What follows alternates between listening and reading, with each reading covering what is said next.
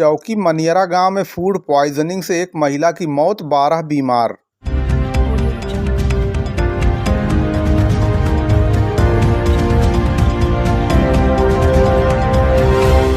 मेहनगर क्षेत्र के चौकी मनियरा गांव में चीनी खाने से एक ही परिवार में फूड पॉइजनिंग की वजह से 12 लोग डायरिया से पीड़ित हो गए, जिसमें से एक 26 वर्ष की महिला अनीता की मौत हो गई। 4 लोगों का इलाज चल रहा है। बताया जा रहा है कि स्थिति ठीक न होने से कुछ को जिला अस्पताल भी भेजा गया है। सामुदायिक स्वास्थ्य केंद्र मेहनगर के अधीक्षक डॉक्टर देवमणि ने बताया कि महिला की मौत की सूचना मिलने के बाद चिकित्सकीय अमला आनन फानन में उपरोक्त गांव पहुंचा और पूरे क्षेत्र में दवा का छिड़काव कराया गया है। सभी को निःशुल्क चिकित्सा शिविर आयोजित करके दवा भी दी गई है और एसडीएम ने भी क्षेत्र का भ्रमण किया। इस मौके पर सामुदायिक स्वास्थ्य केंद्र के अधीक्षक डॉक्टर देवमणि ने बताया कि एम्बुलेंस से सभी को अस्पताल ले जाया गया, जहां चिकित्सा के बाद स्वस्थ होने पर एम्बुलेंस से छोड़ दिया गया। उन्होंने कहा कि उबाल कर पानी पिएं और साफ सफाई का विशेष ध्यान रखें।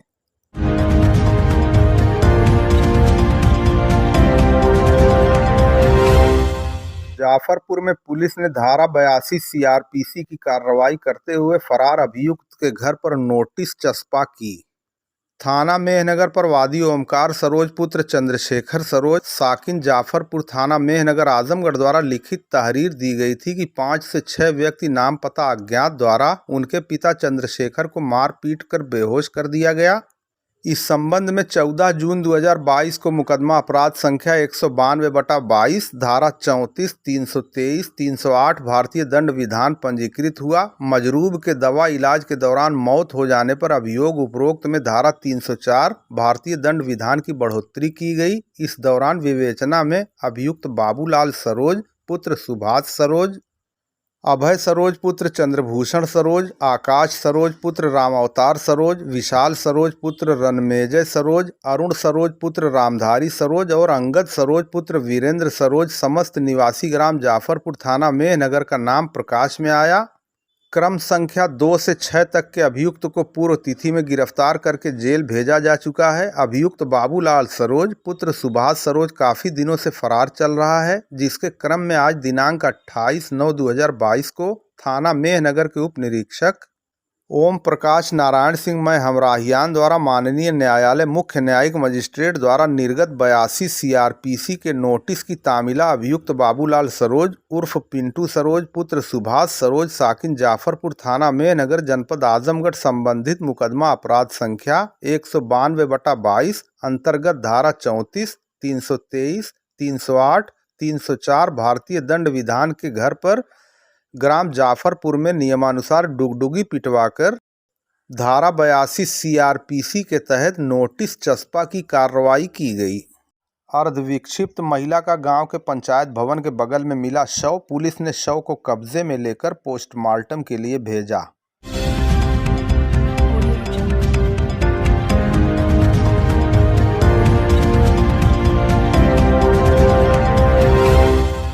गंभीरपुर थाना क्षेत्र के रीवा बभनगावा गांव निवासी 32 वर्षीय मीरा सरोज पत्नी अवधेश सरोज का आज बुधवार की सुबह लगभग 5 बजे गांव के पंचायत भवन के बगल में शव प्राप्त होने से पूरी तरह सनसनी फैल गई। सूचना पर पहुंची गंभीरपुर पुलिस ने शव को अपने कब्जे में लेकर पोस्टमार्टम के लिए भेज दिया। आपको बता दें, थाना क्षेत्र के रीवा बभनगावा गांव निवासी मीरा सरोज मानसिक रूप से विक्षिप्त थी।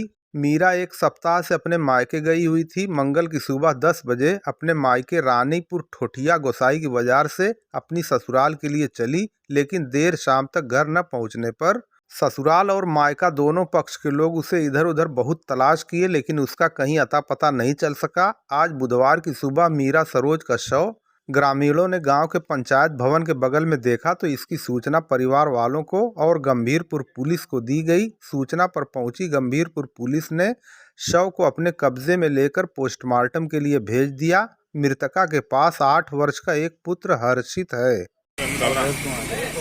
क्या मामला है जो आपकी पत्नी का मामला ये है कि जब से मतलब हमारे यहाँ आई शादी हुआ उसके बाद से जो है मैं इसका इलाज ही करा रहा हूँ।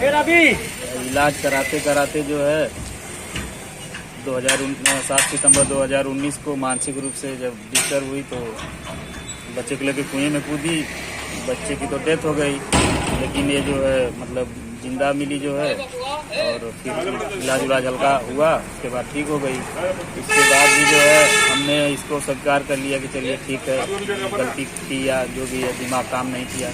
उसके बाद फिर जो है इधर पिछले करीब 1 साल से फिर जो है मानसिक रूप से जो है डिस्टर्ब थी। बिना बताए यहाँ से मायके चली जाती थी, मायके से जब दिमाग में आता था तब जो है तुरंत वहाँ से चल देती थी बिना किसी को बताए। मायके वाले भी परेशान होते थे, मेरे यहाँ फ़ोन आता था तो मैं भी परेशान होता था। तो और कल जो है जब 10 बजे सूचना आई कि 1.5 घंटे से यहाँ नहीं है, तो हमने कहा कि जो है देखिए, तो मायके वाले ने भी उसको ढूंढना शुरू किया। मैं इसको फरियाँ तक ढूंढा, जो है रात तक हम लोग करीब 10:30-11 बजे तक ढूंढे, लेकिन इसका कोई पता नहीं लगा। और सुबह में जो है पंचायत भवन के बगल में करीब 5:30 बजे के करीब जो है वहीं पे मृत पाई गई है। अच्छा। बिंद्रा बाजार की रामलीला का पूर्व राज्य मंत्री कृष्ण मुरारी विश्वकर्मा ने फीता काट कर किया उद्घाटन।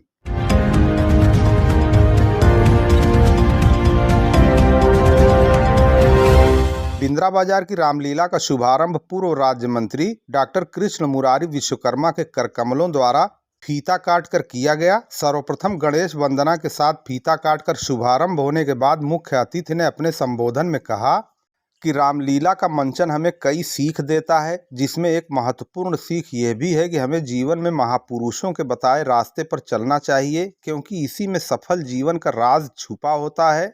राम लक्ष्मण भरत तमाम आदर्श पुरुष हैं, अगर उनका हम जीवन में अनुसरण करें तो कभी भी गलत काम नहीं कर सकते। तत्पश्चात राक्षसों के अंत आदि का मंचन किया गया। समिति के अध्यक्ष रूपनारायण उपाध्याय ने आए हुए सभी लोगों का आभार प्रकट किया। इस मौके पर प्रथम दिन के कलाकार की भूमिका में लाला सेठ, भोला गुप्ता, शैलेंद्र मोदनवाल, संतोष शर्मा, गोलू प्रजापति, बंटी शर्मा, मुरली सेठ, अरविंद मौर्य, संतोष, शिवम, अर्पण, सक्षम मोदनवाल, अमित रंजय, योगेश्वर ने अपने किरदार निभाए। कार्यक्रम का संचालन अभिषेक उपाध्याय ने किया। रामलीला समिति के शिव प्रकाश, राधेश्याम सेठ, पप्पू अस्थाना, संतोष सेठ, दिनेश प्रजापति, महानता विश्वकर्मा, अजय विश्वकर्मा, विजय, संजय शर्मा, पवन अस्थाना समेत सैकड़ों लोग मौजूद रहे।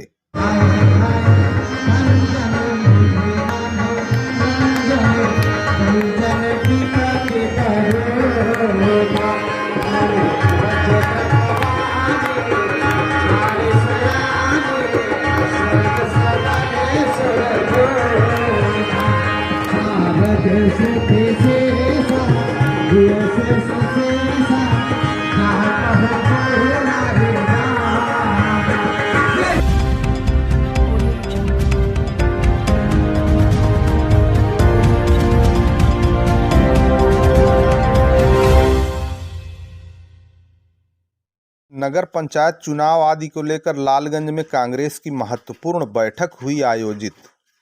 नगर पंचायत चुनाव को लेकर राजनीतिक सरगर्मी तेज होती जा रही है। बैठकों का दौर भी शुरू हो चुका है। इसी क्रम में लालगंज में कांग्रेस के ब्लॉक अध्यक्ष अहमर वकार की अध्यक्षता में एक बैठक आयोजित की गई, जिसमें मुख्य अतिथि के रूप में पधारे आजमगढ़ के कांग्रेस के जिलाध्यक्ष प्रवीण सिंह ने कहा कि जिले की राजनीति में पार्टी का प्रभाव बढ़ रहा है। उन्होंने कहा कि केंद्र सरकार की गलत नीतियों के फलस्वरूप जनता में काफी रोष व्याप्त है। उन्होंने कहा कि उत्तर प्रदेश की जनता लगातार बढ़ रही महंगाई आदि से त्रस्त होकर अब कांग्रेस की ओर आकर्षित होने लगी है, क्योंकि भाजपा की प्रदेश सरकार लोगों को झूठे सपने दिखाकर ठगने का काम की है। आज मध्य वर्ग से लेकर गरीब आदमी पूरी तरह परेशान हाल है। उन्होंने कहा कि नगर पंचायत चुनाव होने वाले हैं, इसलिए एक बार फिर भाजपा के लोग लोगों को गुमराह करने के लिए हवाई घोषणाएं करने लगे हैं। इसलिए अब जनता को सावधान रहना चाहिए तथा बहकावे में नहीं आना चाहिए। उन्होंने कहा कि कांग्रेस नगर पंचायत का चुनाव पूरी दमदारी के साथ लड़ेगी। संगठन पूरी ईमानदारी के साथ हर कांग्रेस के प्रत्याशियों का समर्थन करेगा और इसका लाभ भी उसे प्राप्त होगा, क्योंकि अखिल भारतीय कांग्रेस कमेटी की महासचिव और उत्तर प्रदेश की प्रभारी प्रियंका गांधी के नेतृत्व में लगातार आम लोगों की समस्याओं को अब उठाया जा रहा है, उनके लिए संघर्ष किया जा रहा है। यही कारण है कि भाजपा अब भयभीत है और वह तरह तरह के हथकंडे अपना रही है। ईडी के माध्यम से लगातार कांग्रेस की अध्यक्ष सोनिया गांधी, सांसद राहुल गांधी से पूछताछ के नाम पर परेशान किया जा रहा है, लेकिन कांग्रेस के कार्यकर्ता चुप बैठने वाले नहीं हैं। वो शांतिपूर्ण ढंग से सत्याग्रह करके भाजपा की गलत नीतियों से लोगों को जागरूक कर रहे हैं, जिसका आगामी चुनाव में काफी असर पड़ेगा। बैठक का संचालन रामानंद सागर ने किया। बैठक में अहमर वकार, राकेश गुप्ता, गुलाब चंद एडवोकेट सहित अन्य लोग मौजूद रहे। प्रकाश साहब, पीसीसी सदस्य रामानंद सागर साहब, व्यापार मंडल के नेता हम लोग के कांग्रेस पार्टी के सक्रिय कार्यकर्ता राकेश गुप्ता जी, अकबाल अहमद साहब जो पूर्व नगर के अध्यक्ष हैं, अबुल कलाम अहमद साहब, संदीप कुमार साहब, नगर अध्यक्ष कमलेश पहाड़िया जी, संतोष गुप्ता जी जो अपनी उम्मीदवारी जता रहे हैं, दिनेश यादव जी, मोहम्मद मोहसिन जी, सुफियान अहमद साहब, अरशद कलाम साहब, मनोज गुप्ता जी, प्रताप कुमार जी, धीरज गुप्ता जी, धीरज मदेशिया जी, सुभाष जी, ठाकुर प्रसाद गुप्ता जी, वसीम मोहम्मद जी, मनीष जायसवाल जी, सरवन राम जी, कपूर चंद जी, यहाँ पर उपस्थित समस्त साथियों जिन लोगों ने हमारा सम्मान किया, जो लोग भी हमको सुनना चाहते हैं या जो लोग भी कांग्रेस को सुनना चाहते हैं, सबका मैं हृदय से स्वागत करता हूँ, वंदन करता हूँ, वंदन करता हूँ।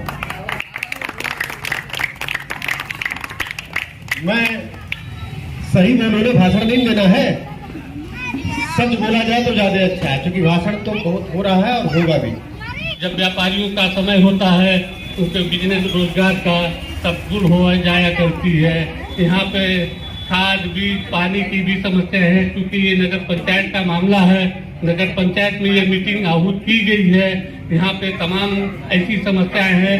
ये लालगंज कटघर में ही तहसील मुख्यालय भी है, जहाँ पे आए दिन नाली बदबू करती रहती है।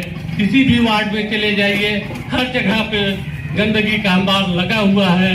यहाँ के निवर्तमान जो नगर पंचायत के अध्यक्ष हैं वो सत्ता पद से जुड़े हुए हैं, इसलिए ये कहना अतिशयोक्त नहीं होगा कि ये ट्रिपल इंजन की सरकार है। ट्रिपल इंजन के सरकार में यहाँ की जनता ने देखा है कि किस तरीके का विकास हुआ है।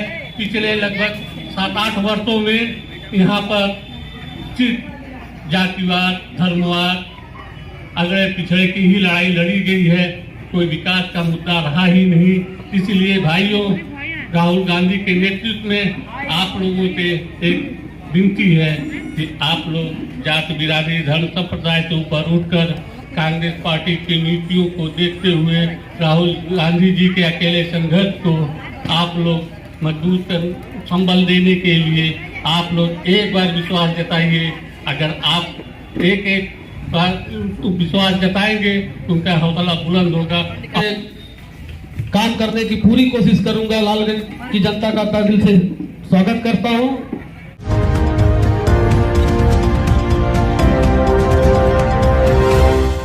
बाजनपुर गांव में लगभग 4 दर्जन विद्युत बकायेदारों तथा अवैध कटिया कनेक्शन धारकों की काट दी गई केबल। विद्युत विभाग द्वारा बिजली बिल के बकायेदारों का विद्युत कनेक्शन विच्छेदन अभियान चलाया जा रहा है। इसी क्रम में महनाजपुर क्षेत्र के करसड़ा पावर हाउस के बाजनपुर गांव में लगभग 4 दर्जन विद्युत बकायेदारों और अवैध कटिया कनेक्शन धारकों की केबल काट दी गई। 50 की संख्या में ग्रामीण पावर हाउस पहुंच गए और एसडीओ ने ग्रामीणों से बातचीत करके उन्हें समझा बुझाकर वापस किया। शासन के निर्देश पर विद्युत विभाग के उपखंड अधिकारी आदि द्वारा संबंधित लाइनमैन को लेकर विद्युत बकायेदारों के खिलाफ वसूली अभियान चलाया जा रहा है, जिसके क्रम में करसड़ा के बाजनपुर गांव में विद्युत विभाग की टीम ने पहुंचकर लगभग 4 दर्जन घरों के विद्युत बकायेदारों और अवैध कटिया कनेक्शन धारकों की केबल को काटकर रखवा लिया। तत्पश्चात ग्रामीणों द्वारा लगभग 50 की संख्या में पावर हाउस पर आकर विवाद की स्थिति उत्पन्न की जाने लगी। तत्पश्चात देवगांव पावर हाउस पर उपखंड अधिकारी वितरण विभाग आनन फानन में करसड़ा पावर हाउस पहुंचे।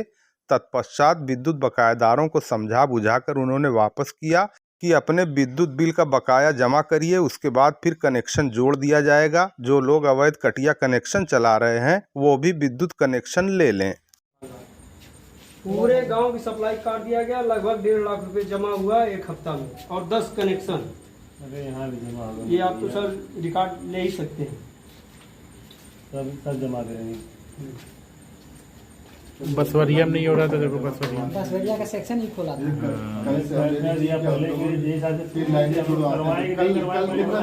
रिकॉर्ड देख लें कि बजनपुर का बड़केपुरा रिकॉर्ड का जब भी जय साहब हम लोग से कहे थे कनेक्शन, हम लोग 2-4 खुद कटवाए कि काट दीजिए, थोड़ा मैसेज पहुंचेगा। फिर सारे लोग पैसा जमा किए, आज उस गांव में नहीं जा रहे हैं क्योंकि पैसे जमा है। आज भी वही बात हुई है।